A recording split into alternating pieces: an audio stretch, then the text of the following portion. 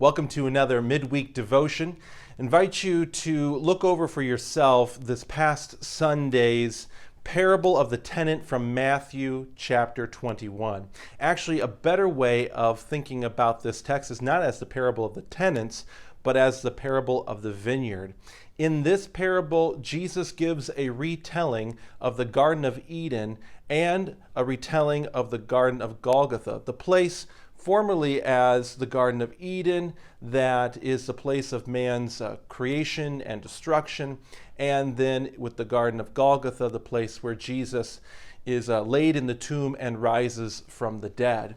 In this parable, Jesus shows us what kind of love the Father has for those who remain in the garden of this world, the vineyard of this world. He sends his Son Jesus that the world may receive through him life and salvation. So, as we look at this text and we take it in, and we discover that the Father does the insane, he does this, he sends his Son saying that they will respect him.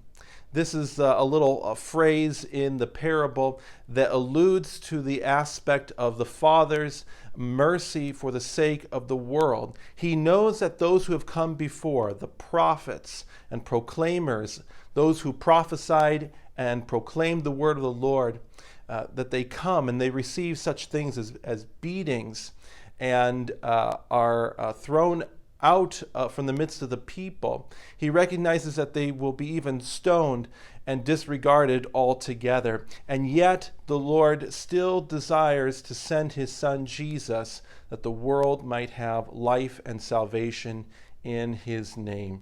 So the parable of the vineyard speaks of the Father and his love for the world in sending his Son Jesus, and that though we are sons and daughters from the Garden of Eden, Jesus comes and rises out of the Garden of Golgotha that we would share with him by repentance and faith in the garden of paradise in the life to come.